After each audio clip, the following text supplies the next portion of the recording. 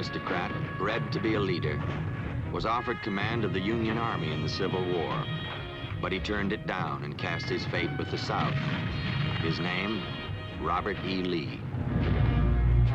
At about the same time, this man of undistinguished background offered his services to the Union Army, and because of his tarnished reputation, received no interest, no reply. His name, Ulysses S. Grant. Grant and Lee, the story of two men who went to war. Two men whose inner struggles and personal conflicts led them to one of history's climactic moments, the surrender at Appomattox.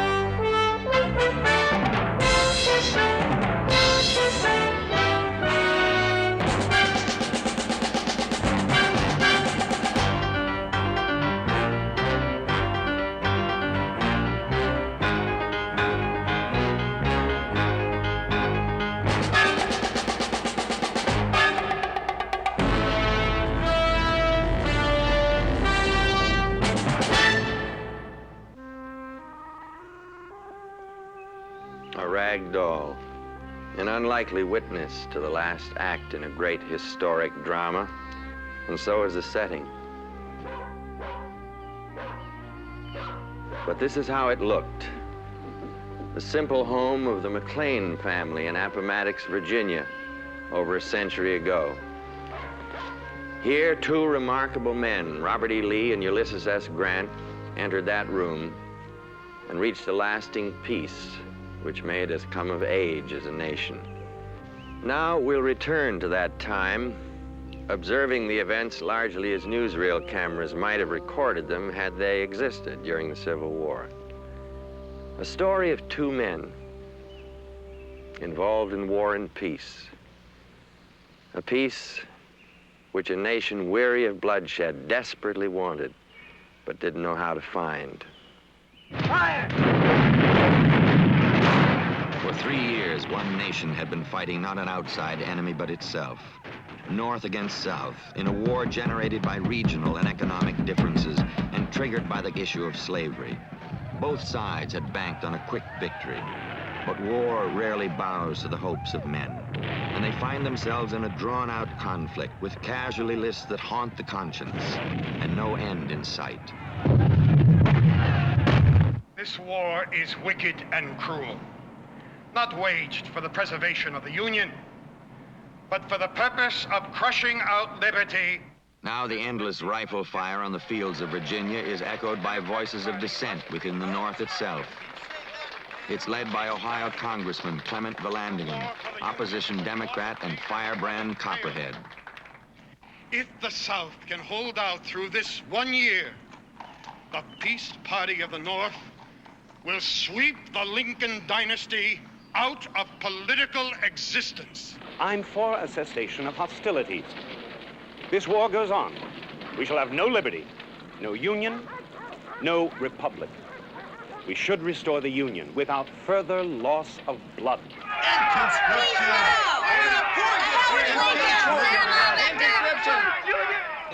In July 1863, Northerners take to the streets to protest the war.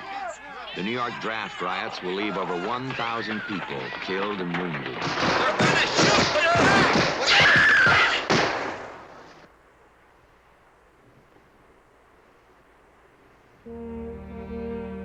The burden falls heaviest on Lincoln, man of many burdens.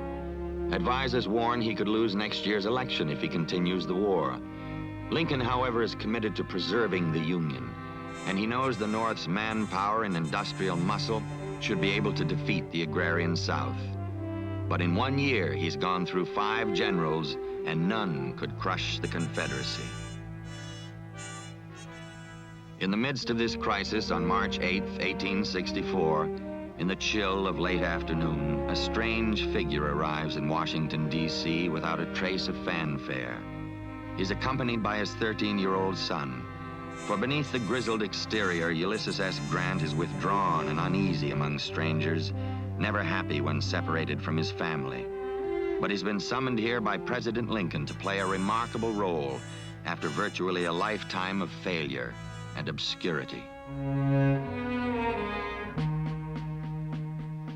2 decades before, Grant, an undistinguished graduate of West Point with no dreams of military glory, got his first taste of combat in the Mexican War.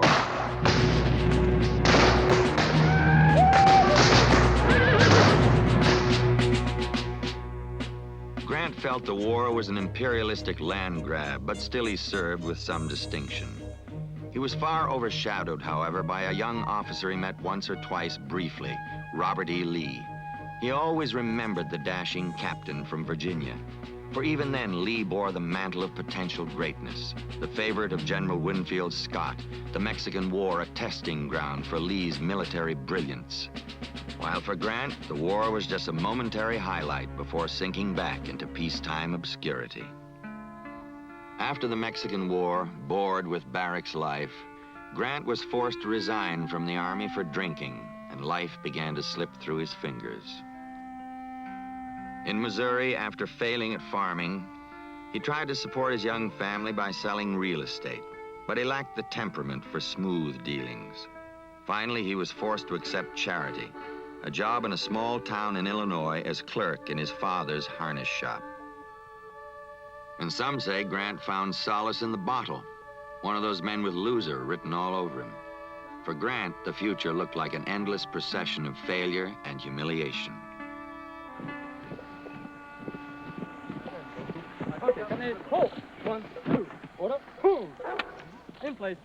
But the start of the Civil War gave a chance to all kinds of men. And it's the ironic turning point in Grant's life. He offered his services to the regular army, and probably because of his dubious record, got no reply. But though he didn't even own a uniform, he drifted into training some ragtail Illinois volunteers. Anything was better than working in his father's leather shop. The expanding army gave Grant a last chance in life. For though he was helpless in the subtleties of business, he had an inner core hard and basic as a gun barrel. And once commissioned a colonel, then a brigadier, he started to move.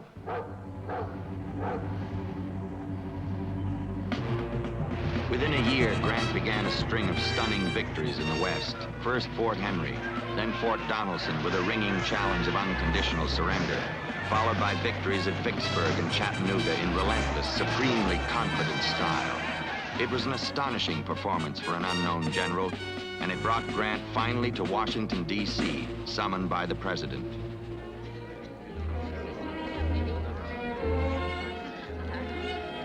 Lincoln happens to be holding a social reception the night Grant arrives at the White House, but Grant's Midwestern impulse is to fear and hate the capital for its sophistication and political intrigue, even though he's regarded here as a great war hero, a major general destined for an even greater role. Now Lincoln will give him the awesome responsibility of fighting the main war in the East, where it must be won in the fields between Washington and Richmond, barely 100 miles apart. He gives Grant command of all the Union armies. 3 cheers for General Grant.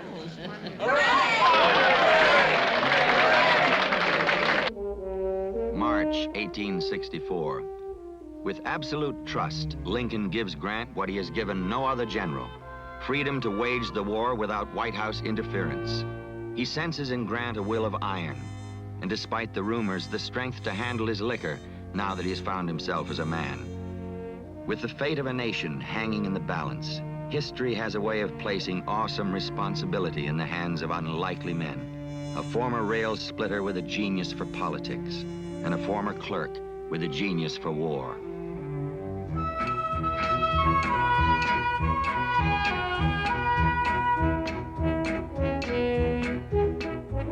Cutting through the politics and incompetence that had hamstrung the Army for so long, Grant puts together a lethal team to take the field against the South.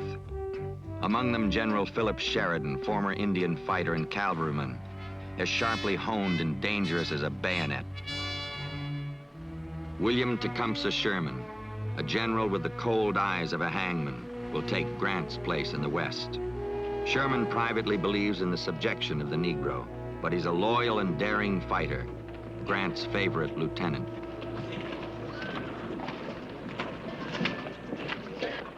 Grant is eager to roll. With mathematical precision, he outlines his strategy. The art of war is simple enough, he says. Strike at the enemy as hard as you can and as often as you can and keep moving on. From now on, all Union armies will move together, like a coordinated machine. The war boils down to one thing: smash the Confederate armies, annihilate them once and for all.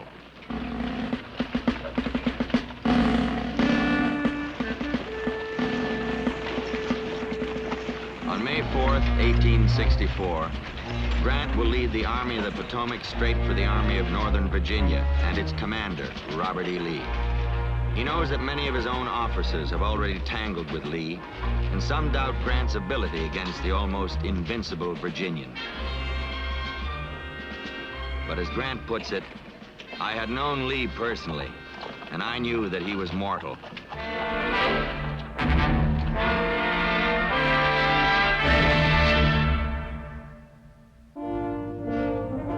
Robert E. Lee waits for the Union Army pouring into Northern Virginia.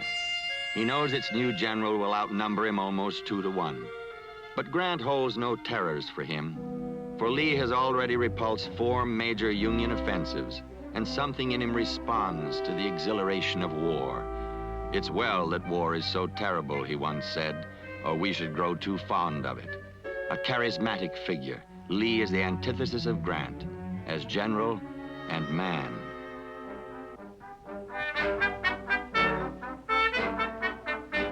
Even as a young man, long before the Civil War, Lee was conscious of a special role in life. His family roots went deep into the history of Virginia. Father of 7 children, the son of a Revolutionary War hero, Light Horse Harry Lee, he was married to Mary Custis, great-granddaughter of Martha Washington. As head of this eminent family, Lee achieved an exalted status in the South, a symbol of its aristocratic best.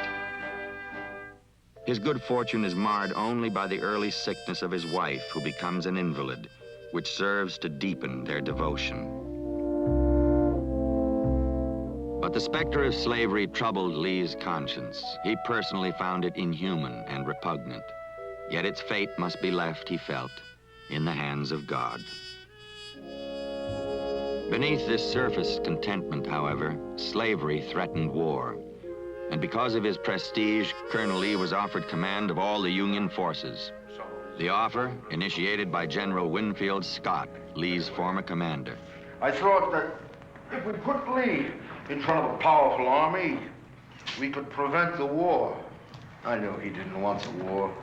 Thought it'd be a tragic business. As for the slavery, I'd heard that he had freed his Negroes since. Anyway, he came down to Washington and he listened to the offer. Command of all of the Union forces, and he turned it down. He was an American, but he was a Virginian first. I remember we talked man to man. After all, I'm a Virginian too, and I said to him, Lee, you've made the greatest mistake in your life. But as a loyal Virginian, Lee felt he had no other choice. Now defender of a vanishing way of life, idol of the Confederacy, he prepares to test Grant's mettle for the first time. Lee will face an enemy twice his size, backed by 5 times as much industry and almost unlimited resources. But beneath the austere dignity and a deep faith that somehow he is God's instrument, there's a streak of the riverboat pirate in Lee. And to offset the North's monolithic might, his weapons are audacity, lightning maneuvers, surprise. On May 14th, 1864, the stage is set for the clash of giants.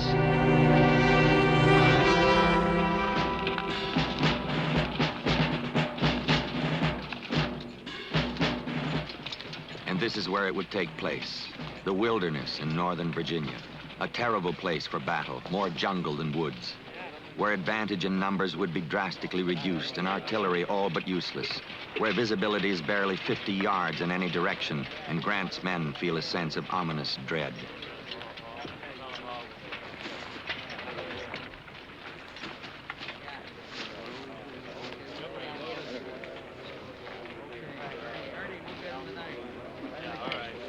Grant planned to push through here swiftly, of course, with the idea of meeting Lee in open country further south. But Lee, the Fox, rarely fought on the enemy's terms.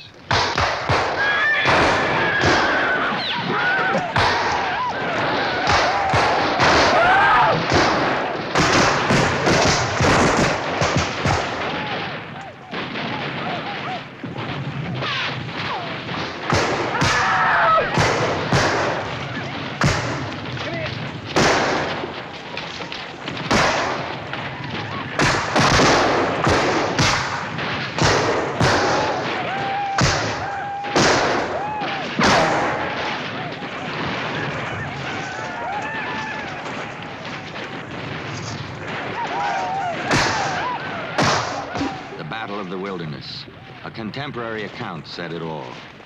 Two wild animals were hunting each other. When they heard each other's steps, they sprung and grappled. Here in blind wrestle, as at midnight, did 200,000 men in blue and gray clutch at each other.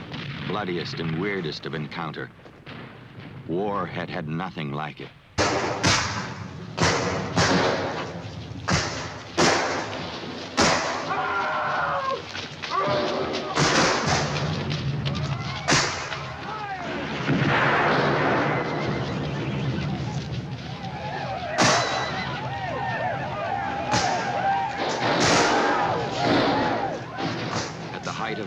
Lee recklessly exposes himself to enemy fire to rally his rebels against the Union Army, which is somehow held firm.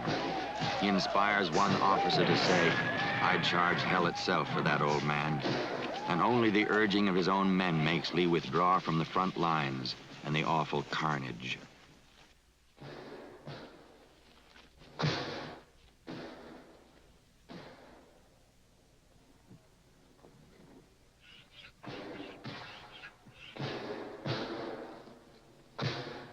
Then an ominous lull.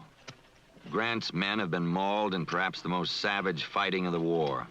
Their new commander has led them into a nightmare no better than all his predecessors.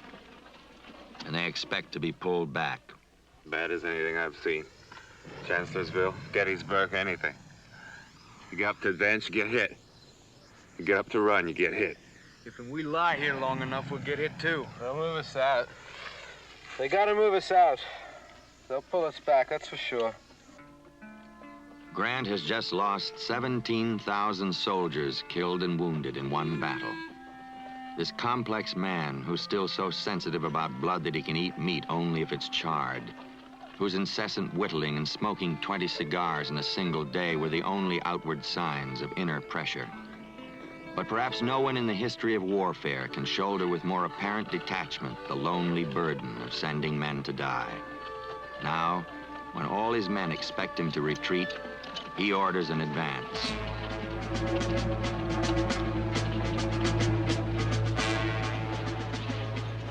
Still battered and dazed, the Union Army pushes on, but with a growing admiration for their new commander. For Grant's leading them out of the wilderness, sidestepping further south, forcing Lee closer to the Confederate capital, Richmond. This is something new. A Union commander who gets whipped yet keeps coming. Lincoln has at last found himself a general. Lee is stunned. Grant is still coming on like a barroom brawler who won't go down.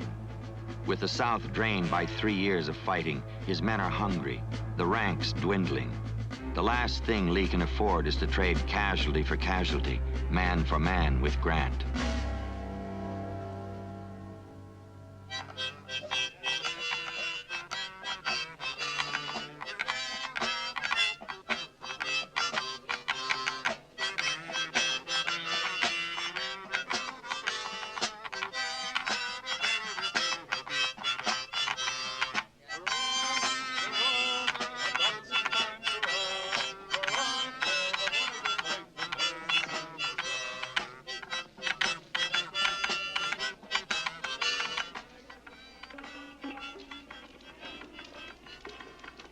On the eve of the next savage battle, Grant's men, realizing what they're in for, pin their names and addresses on their own backs, so their bodies will be identified if the worst happens.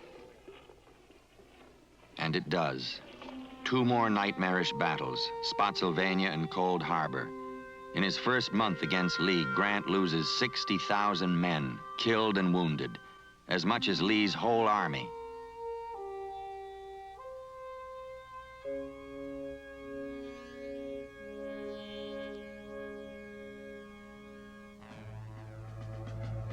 But the price Grant feels he must pay for victory arouses revulsion. Many in the war-weary North begin to call Grant a butcher for playing a numbers game in death, a wholesale murderer of his men. Grant the butcher. Attacked by elements on his own side for seeking victory in a war that's growing increasingly more unpopular, Grant, as usual, buries whatever feelings he has deep within himself and pushes further south, moving on Lee at Petersburg. Back door to Richmond, jugular vein of the Confederacy, and a fortress within which lurks the darkest days of the war.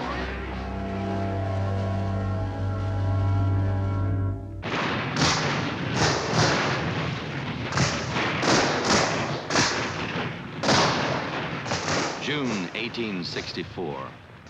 The Civil War has entered its fourth year, and the fighting in Virginia develops into something virtually new in history: trench warfare. The ghastly siege of Petersburg, less than 20 miles from Richmond. Behind the earthworks, the Army of Northern Virginia is battered by death, disease, and desertion. Those who stay and survive call themselves Les Miserables.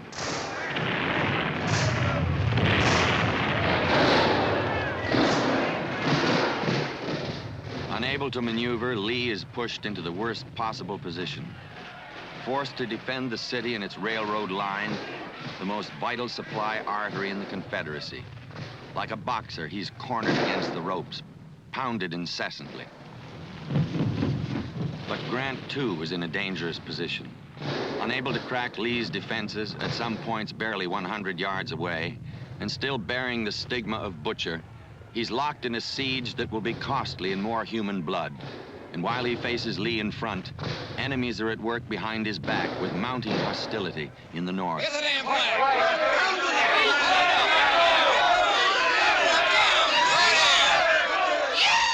Anti-war copperheads engage in terrorism, planning to burn New York hotels, destroy bridges, fight the draft, encourage desertion. Aided by the South and with several 100,000 sympathizers, they've even plotted an armed uprising in the North, anything to strengthen the anti-war Democratic Party and spread defeatism in the Union.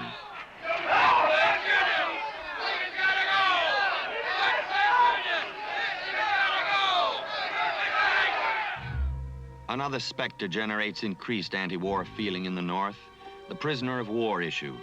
Over 22,000 Union men are dead or dying in Confederate prison camps.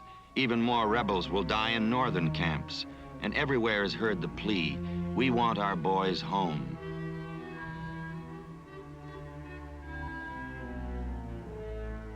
In the face of mounting pressures, Lincoln meets with Grant at the siege. The president fears that boiling anger over the war and Grant's meat grinder tactics will cost him the election only a few months away. Virtually any other president in history would bow to these pressures and change course. But Lincoln can never consent to dividing the country into two nations. And he has faith in Grant, this silent soldier who shares Lincoln's burden and his vision. As they face perhaps the greatest crisis of the war, he tells Grant, hold on with a bulldog grip and chew and choke as much as possible. Now begins a war of nerves, a test of will. If Lee and his torn army can persevere just a bit longer, he hopes that the North, divided against itself, will at last lose the will to win, and that Lincoln will go down to defeat. So Lee must generate the sheer force of personality to hold his men and the Confederacy together, despite a private anguish. One of his own sons has been wounded and captured. A daughter has died. But Lee, the general, cannot afford the luxury of grief when all depends on him.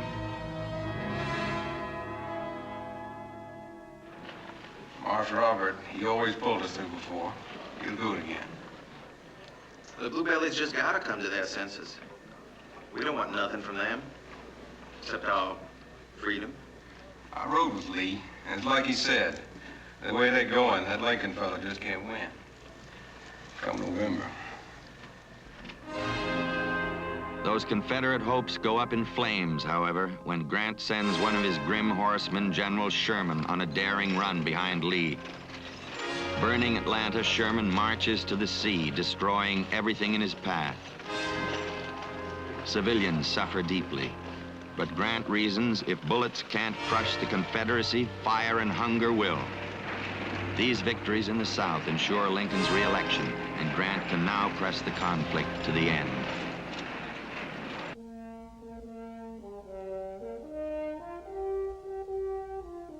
But the Petersburg siege grinds on, and Grant will not endure it alone. This man who trades in death needs respite from the toll of war and a child's companionship and a woman's warmth. Sometimes being a woman here has its problems. One night we were menaced by 6 Confederate gunboats, and someone knocked at our door to warn us. You remember that, Jesse? Well, the general threw on his clothes, and I followed, and at first it looked like we were going to have to make a fight of it.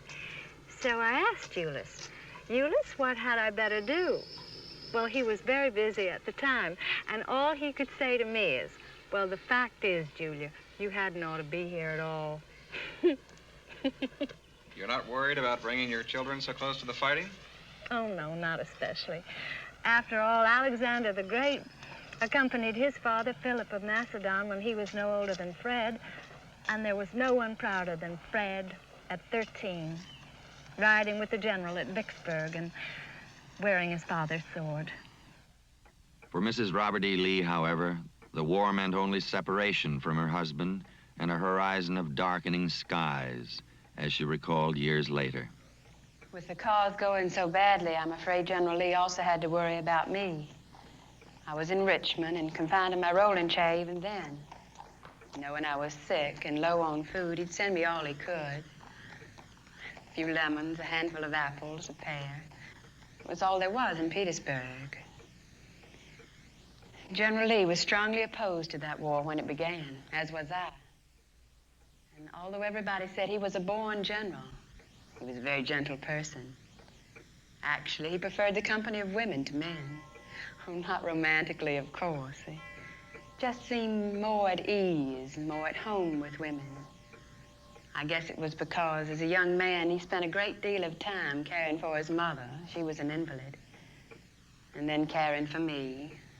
Once, during the awful siege of Petersburg, the general comes home briefly to see Mrs. Lee, and his customary reserve parts like a curtain for a moment.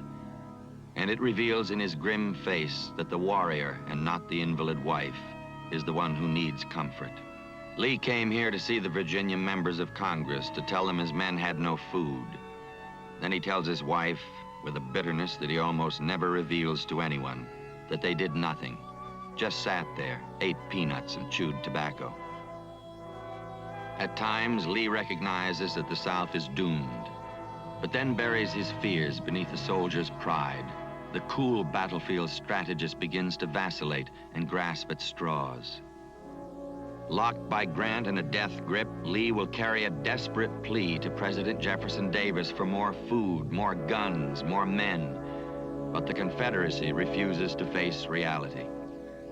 President Davis, would you care to comment on reports that the war is going badly for the Confederacy?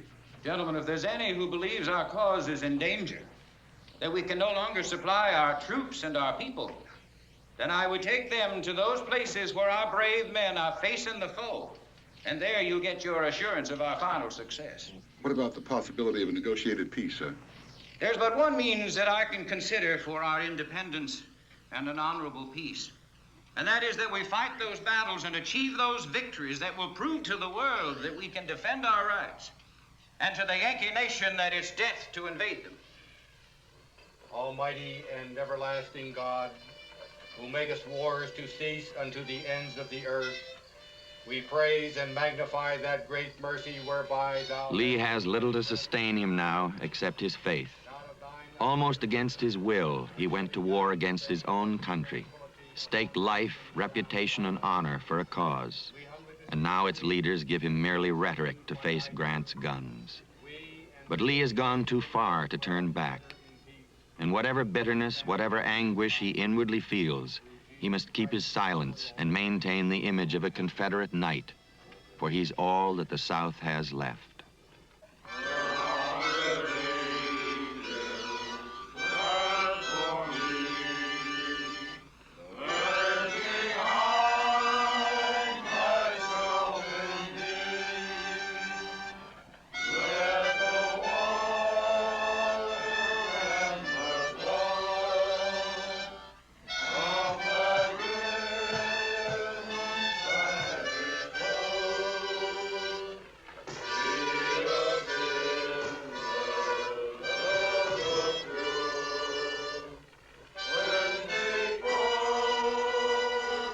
Finally, winter brings its own bitterness to the siege. All his life, Lee has idolized George Washington, who grasped victory out of the darkness of Valley Forge. And he once felt that he, too, could win a war against overwhelming odds by sheer force of will and spirit. That was an illusion, and now it's crumbling, along with Lee's once rugged health, which has been drained by the war. But Lee, a soldier who regards duty as sacred, must stay here and wait for spring and Grant's inevitable offensive. The commander of an army, Lee is the prisoner of his role. On April 3rd, 1865, after long months of bloodshed, the siege of Petersburg ended in silence. Spring had brought new life to the land. It also brought a new Grant offensive and death to Lee's men. Knowing he was outnumbered 4-1, Lee and his army slipped away in the night. He hoped to link up with another Confederate force and keep the lost war going. So commenced the final drama of the Civil War. In retreat, Robert E. Lee tries desperately to keep his army from disintegrating. But his men have begun to obey a higher authority, exhaustion and starvation. The rebel tide begins to straggle and desert. For who wants to be the last to die in a war whose end is in sight? Even Lee's trusted general, Richard Ewell, old Baldhead, has had enough and surrenders. Ewell gave a leg to the cause, followed Lee faithfully through Gettysburg and the wilderness, but now delivers a grim judgment. The cause is lost. For every man that's killed from now on, somebody is responsible. And it will be little better than murder. War is over. It is over. Under relentless pressure, Lee himself begins to wrestle with that moral dilemma. He's received an ultimatum from Grant to surrender, and his answer was no. But he left the door open, asking what terms Grant would offer. For Lee finds himself torn. Must his men continue to die in a cause already lost? Yet war has a momentum of its own, swaying men's judgment, carrying them along against all reality, even the leaders. I was General Lee's artillery commander, and at one time during the retreat, he seemed to want some kind of end to the fighting. So I told him that 5 of his generals and I had met privately and concluded we were beaten. There was no point to shed more of our men's blood. I'll never forget how he glared at me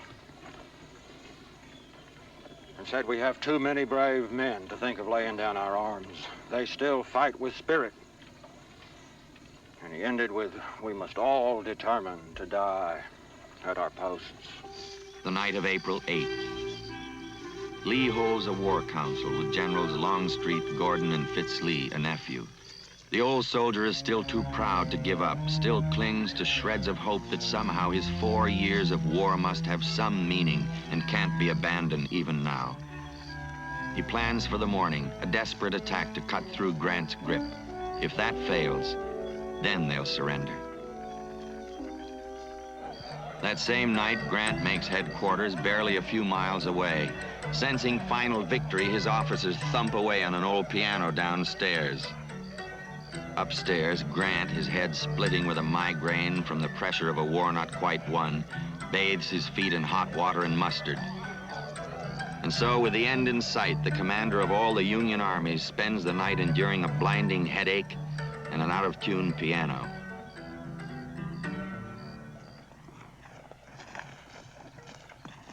The morning of April 9th.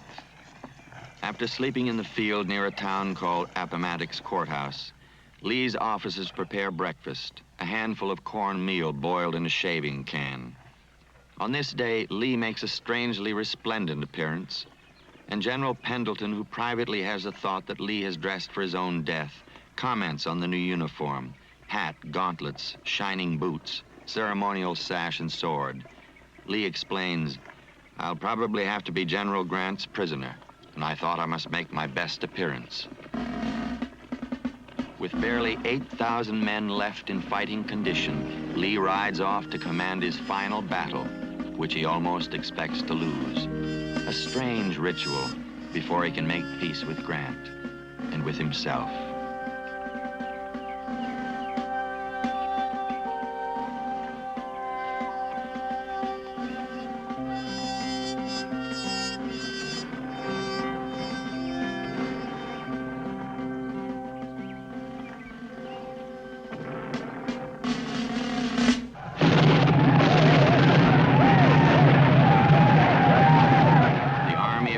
Virginia goes to its end, charging. And once more, men die in a cause their commanders feel is doomed.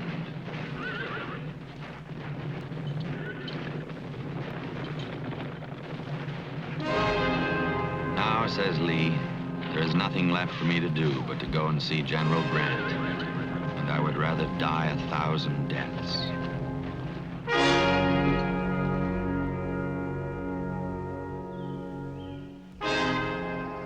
Lee rides toward the enemy lines with a white flag fashioned from an old towel. Word of his intention to surrender hasn't filtered through all the lines, and the final shots of the campaign will kill 2 soldiers, one of them a 15-year-old boy.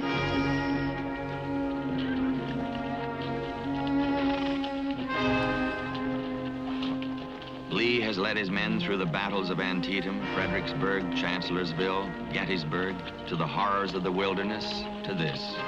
And they still revere him. Nothing, not even defeat, can diminish his legend.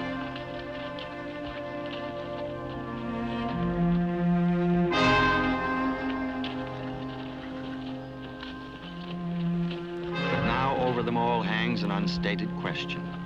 Is Lee surrendering them to face Union revenge as rebels and traitors? What can they expect at the hands of a man like Grant? That morning, Grant had awakened with another blinding headache, but it disappeared the moment he heard Lee wanted to talk. Grant had not expected the end so soon, so except for 3 tarnished stars on his shoulder straps, he rides to meet Lee in his usual dress, muddy boots and the uniform of a private. Barely 5 years before, Grant had been a clerk in his father's shop. Now, at the head of a great army, he has won a war. Yet he feels sad and depressed. I felt, he said later, like anything rather than rejoicing at the downfall of a foe who had fought so long and valiantly and had suffered so much for a cause. Though that cause was one of the worst for which a people ever fought.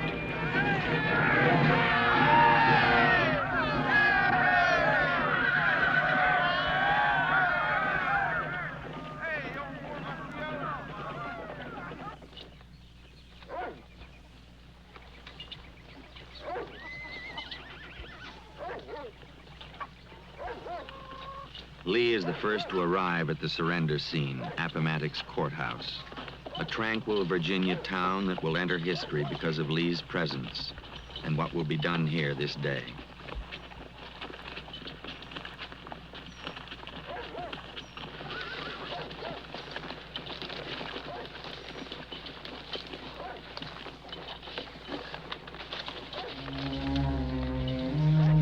He approaches the home of a farmer, Wilmer McLean, the prearranged surrender site. Lee's back is still straight, the bearings still military. But the long war has taken its toll. His health is gone. The once powerful Virginian is now old beyond his years.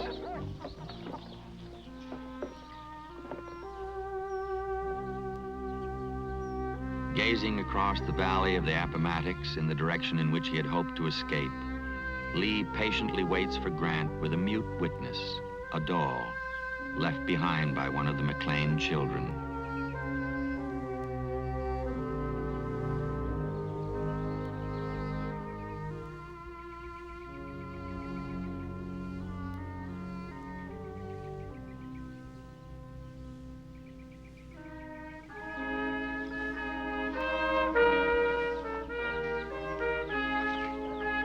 Half an hour later, as the strains of Old Lang Syne drift over from a Yankee band, Grant arrives.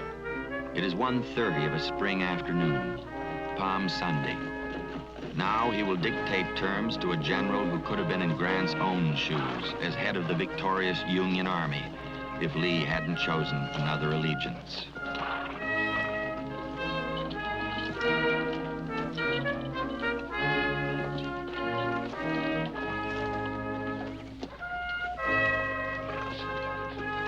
But it will be a meeting not only of two military giants, but of two men from different worlds who met once and would never have met again but for this war. And at this climactic moment in history, Grant permits himself a personal thought. He has always remembered the swashbuckling Lee from the Mexican War. Will Lee remember him?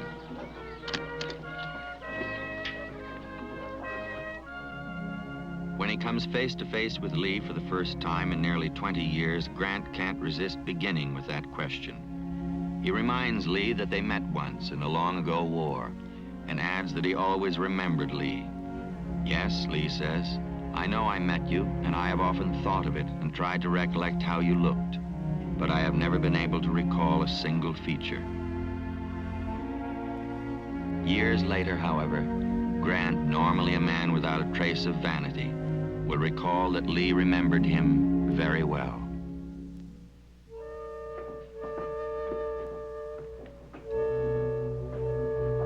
It is now time to discuss surrender, and Grant has his officers called in. Out of respect for Lee, almost awe, we walked in softly, one of them said later, very much as people enter a sick chamber when they expect to find the patient dangerously ill. Outside, only a handful of curious civilians gather, for most Virginians in the area had fled because of the fighting that morning. They've all paid heavily for this war. What further price will be exacted?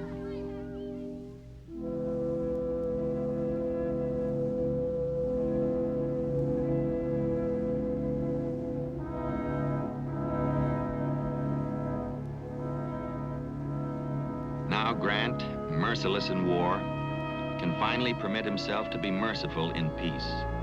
For the years of killing were somehow never a personal thing with Grant. Lee's men, he says, can return home, and they can take back their horses and mules to work their farms. More important, they are not to be disturbed by Union authorities. In one bold stroke, Grant exceeds his powers as a general. He knows that Lincoln wants to make a humane peace, but Grant takes it upon himself to commit his government to a policy of no reprisals, no vengeance against the revolutionary Lee or any of his men. He didn't hate his enemies, for they too were Americans, and he wants them to be Americans again, in a nation stronger for going through the crucible of war.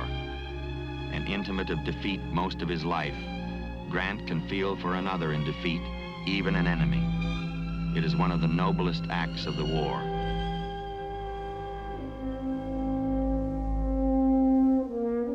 Aware and grateful for what Grant has done, Lee accepts the surrender terms. Proud in defeat, Grant generous in victory. The wounds of war hopefully beginning to heal. Attend, hut!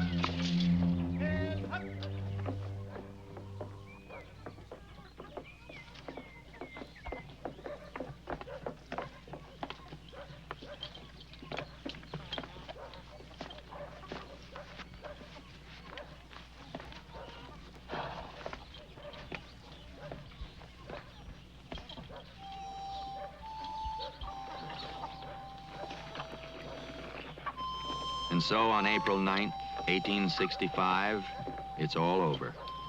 The guns of war are silent. For 4 long years, Grant and Lee, 2 men from separate worlds of temperament and tradition, led great armies and fought great battles. But now on this late afternoon in Appomattox Courthouse, Virginia, Grant and Lee, like the nation itself, have at last found a common bond in the quiet of peace.